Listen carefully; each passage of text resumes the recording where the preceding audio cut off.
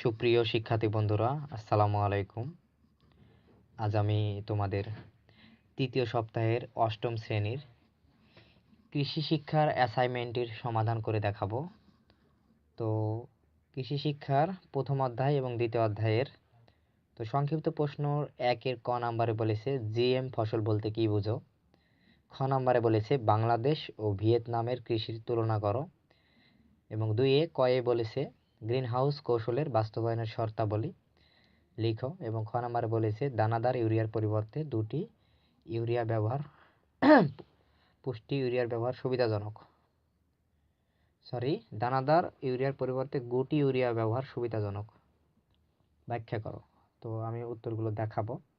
তো প্রথমে জিএম ফসল কাকে বলে সেটি বলবো। ফসলের মৌসুম নির্ভরতা কাটিয়ে ওঠার প্রায় স্থায়ী এবং তুলনামূলক কম ব্যয়বহুল পদ্ধতি হলো ফসলের বংশগতিতে পরিবর্তন আনা, ফসলের জিনগত বিন্যাস বদলানো, ফসলের দিবাদৈর্ঘ্য সংবেদনশীলতার জন্য দায়ী জিন ছাঁটাই করা অথবা এমন পরিবর্তন আনা যাতে তা প্রশমিত থাকে। সংকরায়ন ও ক্রমাগত নির্বাচনের মাধ্যম ছাড়াও আরও বেশ কিছু আধুনিক উপায়ে এ লক্ষ্য অর্জন সম্ভব। এই ধরনের ফসলকে জিএম ফসল বা জেনেটিক্যালি মডিফাইড ক্রপ বলে। তো 1 নং প্রশ্নের উত্তর এটি তোমরা হুবহু তুলে নিবে, এবং এটি খুবই ভালো একটি অ্যান্সার, এবং এটি ইন্টারমিডিয়েট বই থেকে সংগৃহীত, যা তোমাদের বেশি মার্কস পেতে সহযোগিতা করবে। তো 2 নাম্বার প্রশ্নটি ছিল বাংলাদেশ ও ভিয়েতনামের কৃষির তুলনা করা। তো অ্যান্সারটি ছোট হলেও এমনভাবে অ্যান্সারটি করা যাতে বেশি মার্কস পাওয়া যায়। তো অ্যান্সারটি আমি পড়ে শোনাচ্ছি। বাংলাদেশ ও ভিয়েতনাম কৃষিতে সবচেয়ে বড় মিল ধান উৎপাদন, তবে এক্ষেত্রে দৃশ্যত ভিয়েতনামের কৃষকদের অগ্রগতি বাংলাদেশের চাইতে দ্রুত। 25 বছর আগে যেখানে ভিয়েতনামের কৃষি উৎপাদন অনগ্রসর দুর্বল ছিল, এখন ভিয়েতনাম কৃষি ও উৎপাদনের প্রায় সকল ক্ষেত্রে বাংলাদেশকে ছড়িয়ে গেছে। এই গতি পাওয়ার প্রধানত কারণ হলো ভিয়েতনামের কৃষি সমাজ অত্যন্ত সংগঠিত। ভিয়েতনামের কৃষি সমবায় সংগঠনগুলো অত্যন্ত শক্তিশালী ও সৃজনশীল। ভিয়েতনামে এমন কৃষক খুঁজে পাওয়া যাবে না যিনি কোনো না কোনো সমবায় সংগঠনের সদস্য নন। কৃষি সমবায় সংগঠনগুলো এত শক্তিশালী যে এরা স্থানীয় সরকারের বাৎসরিক ব্যয়ের অত্যন্ত 50% যোগান দিয়ে থাকে, এবং স্থানীয় কৃষি গবেষণা ও কৃষি সম্প্রসারণ প্রতিষ্ঠানগুলোকেও আর্থিক সহায়তা যেমন দেন, তেমন এই সকল সংস্থার নীতি ও কর্মপদ্ধতি নির্ধারণে ভূমিকা রাখে। বাংলাদেশে ইতিমধ্যে ভিয়েতনাম থেকে বেশ কিছু মাঠ প্রযুক্তি আত্মীকরণ হয়েছে। তো এই ছিল বাংলাদেশ ও ভিয়েতনামের কৃষির তুলনা। আশা করছি এতটুকু লিখলেই তোমরা ফুল মার্কস পেয়ে যাবা।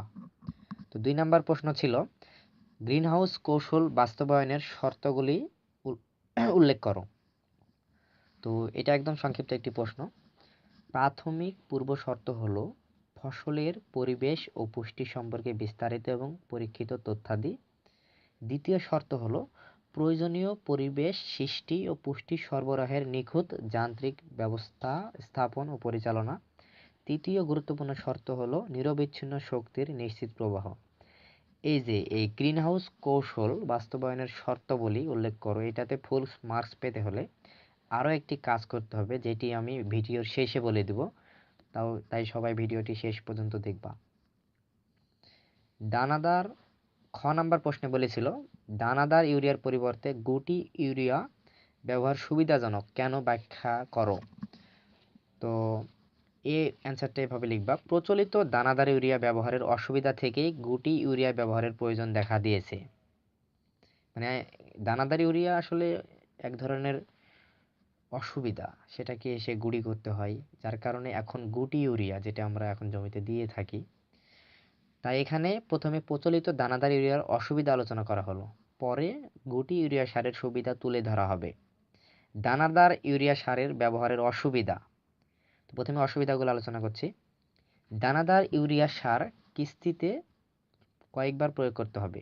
এই সার পানিতে মিশিয়ে দ্রুত গলে এবং চুইয়ে মাটির নিচে গাছের শিকড় অঞ্চলের বাইরে চলে যায়।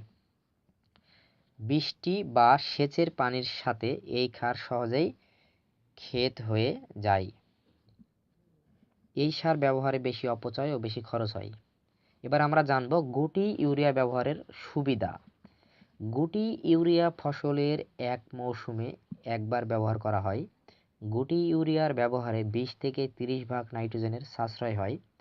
গুটি ইউরিয়া ধীরে ধীরে গাছকে নাইট্রোজেনের সরবরাহ করে।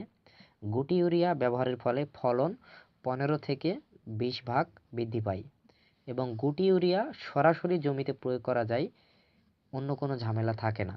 তো এই ছিল এটার উত্তর। তো আমি বলেছিলাম যে গ্রিনহাউস কৌশল বাস্তবায়নের শর্তাবলীর প্রশ্নতে বেশি মার্কস পাওয়ার বুদ্ধি আমি ভিডিওর শেষে বলে দেব। তো আমরা এখন ভিডিওর শেষ প্রান্তে চলে এসেছি। তো গ্রিনহাউস কৌশল বাস্তবায়নের শর্তাবলী লেখার আগে তোমরা অবশ্যই গ্রিনহাউস কৌশল কাকে বলে এই সংজ্ঞাটি তোমাদের বই থেকে লিখে নিবা এবং তারপরে আমার দেওয়া 3টি শর্ত লিখবা। তাহলে একদম ফুল মার্কস পাবা। লেখা খুব ভালোভাবে লিখবা, কাটাকাটি করবা না। এই হলো উপদেশ। তো থ্যাংক ইউ ভিউয়ার্স, ভালো থাকবা সবাই এবং পরবর্তীতে কিসের উপর অ্যাসাইনমেন্ট চাও অবশ্যই জানাবা কমেন্টে। আর নতুন ভিডিওর আগ পর্যন্ত সাবস্ক্রাইব করে পাশেই থাকো। আল্লাহ হাফিজ।